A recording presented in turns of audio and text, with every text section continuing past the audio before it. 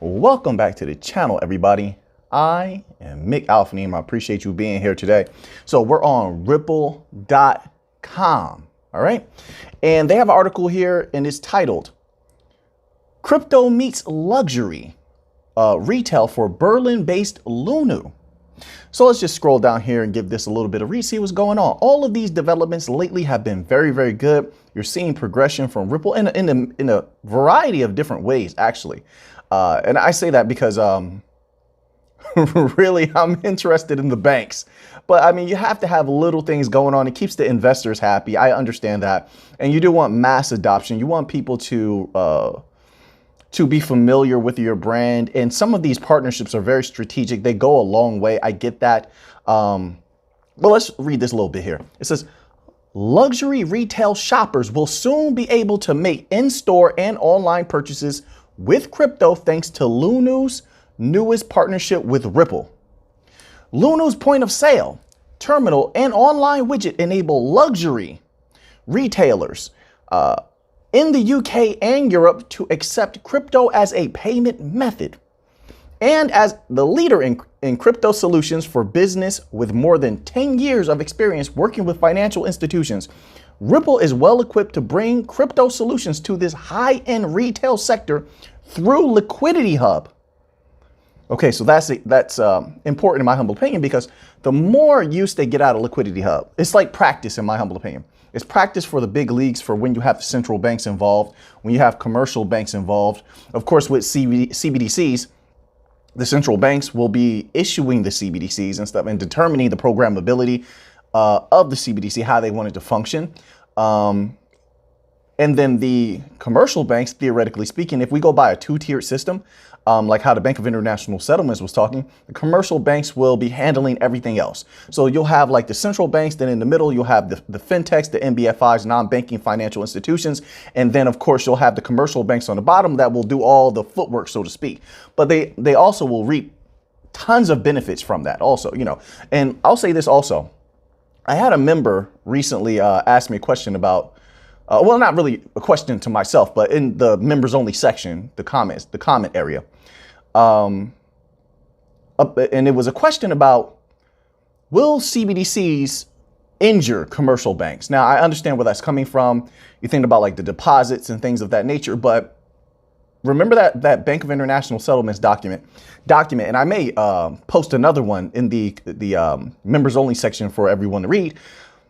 They want to program the CBDs in a certain way where they're going to issue out CBDCs a little bit at a time. So it's not so overwhelming for the commercial banks. They have a time period to adjust. The people will be able to adjust.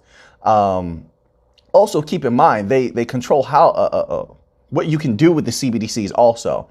So sort of the system will be given time to blend everything together.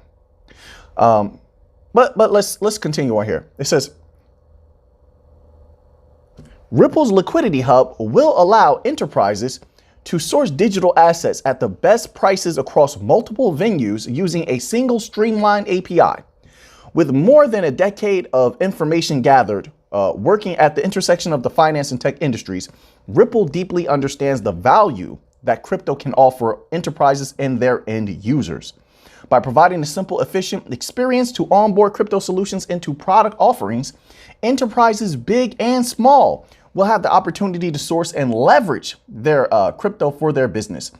Ripple's new value report, which was published in February of this year, found that 56% of individuals surveyed globally are more likely to purchase from a retailer that offers payment with crypto. Wow, I didn't know that. That's very interesting. Giving customers the added option opens the door to new demographics and positions brands as technologically progressive and responsive to the interest of their consumers. The consumers are very, very important. That's another thing that the banks have to keep in mind, mostly the commercial banks, central banks as well, but the Bank of International Settlements and the IMF seem to be on board and have a good idea of how to issue these particular CBDCs that could possibly use XRP as liquidity, XLM as an agnostic bridge currency to a certain degree, Algorand, all of these bank coins. Okay. So as I was saying before, to close out with the other thing, Keep in mind that they're going to try to balance the system. This won't happen all at once. The commercial banks will not be overwhelmed. They'll be saving a ton of money. And not only that, there's a lot of benefits to the CBDCs also. So while they're trying to negate those particular negatives, and don't worry, I'm going to go much deeper into this. I'm going to provide documents and stuff like that in the next members only video. We'll be a little bit more meticulous with the conveyance of the information, okay? But I'm just giving it to you off the top of my head right now. So while they're trying to negate any negatives that could come from CBDCs, have a high influx of CBDCs having an impact on their regular deposits and things of that nature, they're going to negate that, while at the same time, the commercial banks will reap a myriad of benefits, especially when it comes to a lot of individuals who typically won't use those banks. But now they may use the banks because they'll have digital wallets. Those commercial banks will be offering digital wallets, and they will be able to custody crypto. Now, I understand a lot of people don't want banks to custody their crypto, but a lot of people who accept the legacy system will want the banks to hold their crypto, just like they had the banks hold their cash, and just like they have the banks issue them loans and credit cards and things of that nature. A lot of people are used to that system. So this opens up the doorway for commercial banks to access an entirely new bounty of capital that they really didn't have before. There's so many people that are not unbanked, right? It's mostly underbanked. That's why I wanted to differentiate there. The underbanked. Now the underbanked, who typically will use, what do they call those things? Really? Oh, prepaid accounts. There you go. So some people are only using prepaid accounts. Others are using check cashers. Okay, so they don't even deal with the banks, commercial banks at all. This will give the commercial banks an opportunity, if they play it right, to bring that capital in. What does that mean for you and I? Now, with whether they're using XRP to any degree, Algorand, Cello, HBAR to any degree, that price will go up. That's a high volume. That's a high average value moving across those particular protocol, and that price theoretically should go up. That's how I look at it, right? But as far as any type of negative that could come to the commercial banks, it will fully lie in the central banks programming those CBDCs to go out little by little and not all at once, and them managing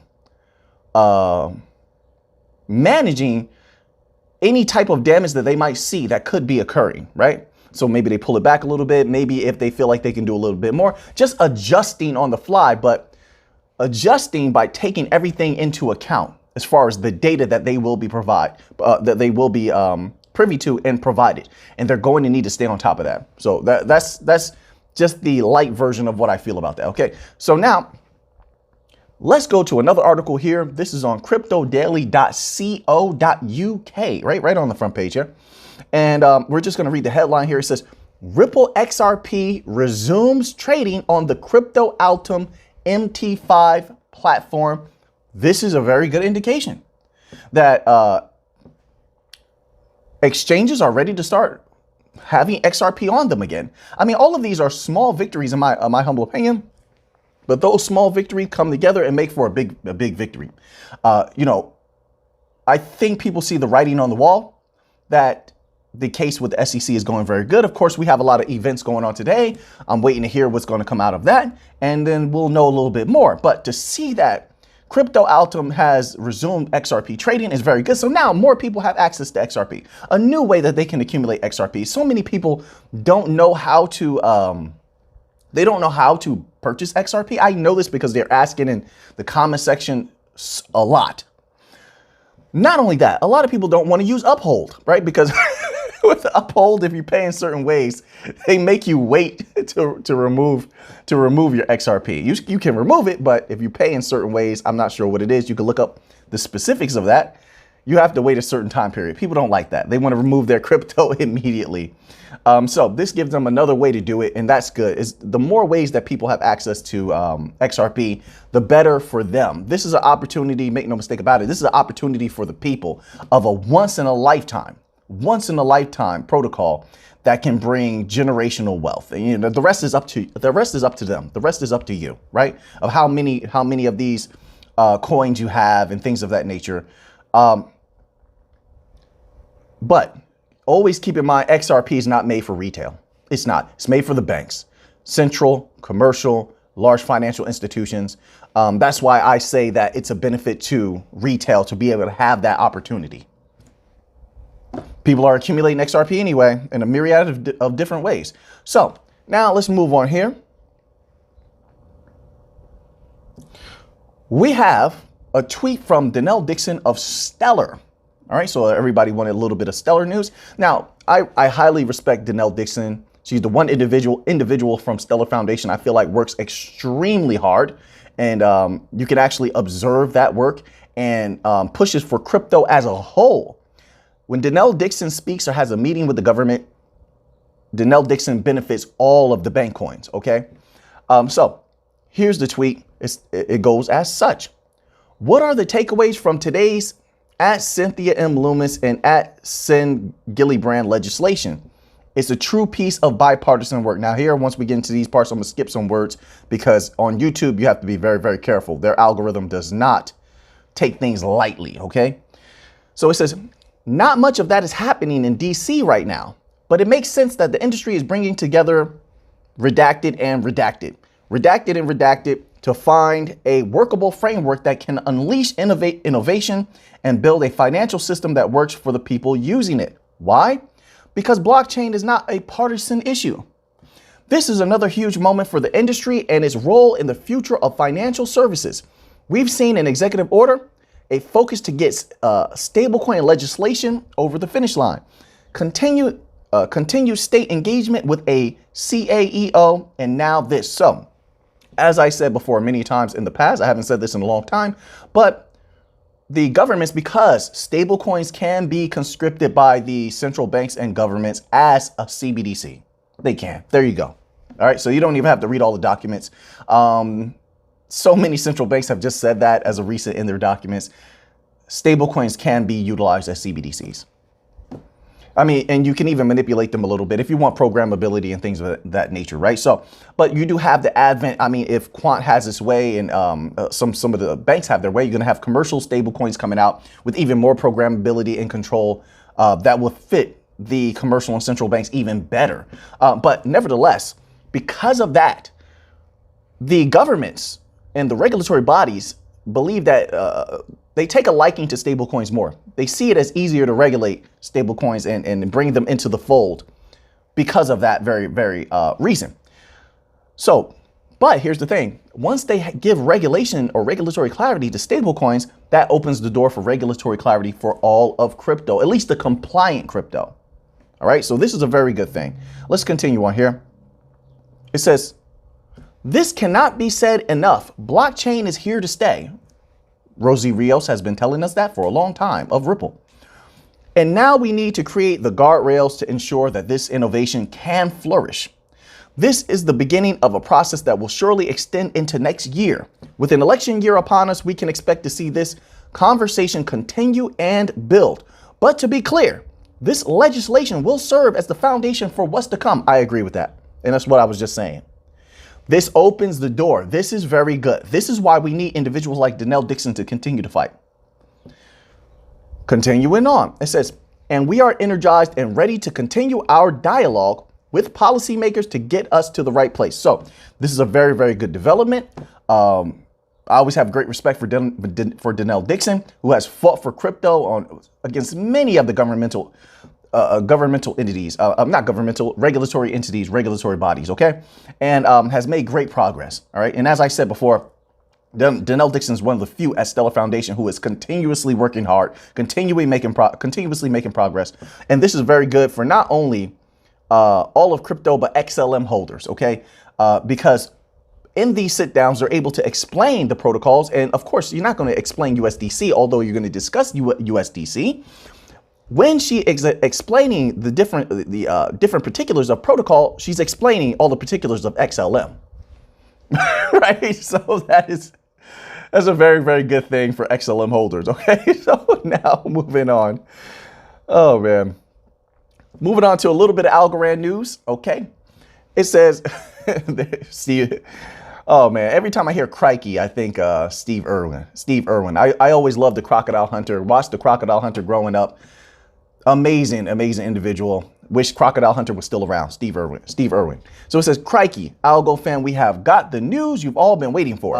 It says Australia Zoo warrior crocs lunging into at Algorand Algo Foundation on June 14th, 7 p.m. 2,000. Okay, here's specificity. 2,000 croc NFTs inspired by saltwater crocs at the Australia Zoo. That's going to be big money. Somebody's going to make a lot of money on those. Okay, so at least they're letting us know what's going on. Each of these beauties are priced at AU $50. People are going to make a killing. They're only selling them for Australia for $50 AU. That's it. People are they're going to devour these. That's it. They're going to make a killing off of these. So you have the crocodile with the Algorand shirt on. This is great advertisement, by the way. Great advertisement. Algorand has been doing a great job. I can't wait for mass adoption because that algo price is going to take off just based on the partnerships that they've done, as well as the marketing. And this is only the beginning. They have marketing on the chest of professional drivers that are winning everywhere. They're on the podiums with Algorand across their chest. You had their Algorand billboard in Times Square. You have an alligator NFT at the Australia Zoo. And also, okay, keep in mind that there's thousands of people attending the Australian Zoo weekly, monthly, how many people per year?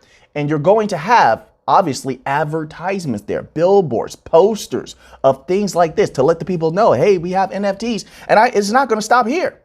It's not going to stop here. So what Algorand doing is absolutely genius when it comes to advertising. So now let's go here. Don't forget also, Algorand is going to be having their Decipher event. It says here, Algorand's biggest event of the year is back for 2022 at Decipher event is coming to Dubai, November 29th and December the 1st. So I expect a lot of good things to come out of that. I'm going to be listening with an open ear. There's going to be a lot of big crypto minds coming together. A lot of businesses will be there. Who knows what partnerships can be struck? Who knows? So this is always a very, very good thing in my humble opinion. And so Algorand has been doing a terrific job. So I look forward to seeing what more they're going to do in the future. And don't forget, we're going to be getting an update hopefully soon from Coinbanks on some more happenings. They've been busy. They've been very busy. It seems what they're doing in Africa, Latin America. They've been dominating there. And as of late, they've been dominating in Africa. So Algorand is one of those protocols in the future. I expect that price to go up exponentially and quite easily. Their circulating supply for a bank coin is not bad at all, considering everywhere that they are and everything that they must do. So now that you have that information, what are you going to do with it? I know what I'm going to do with it.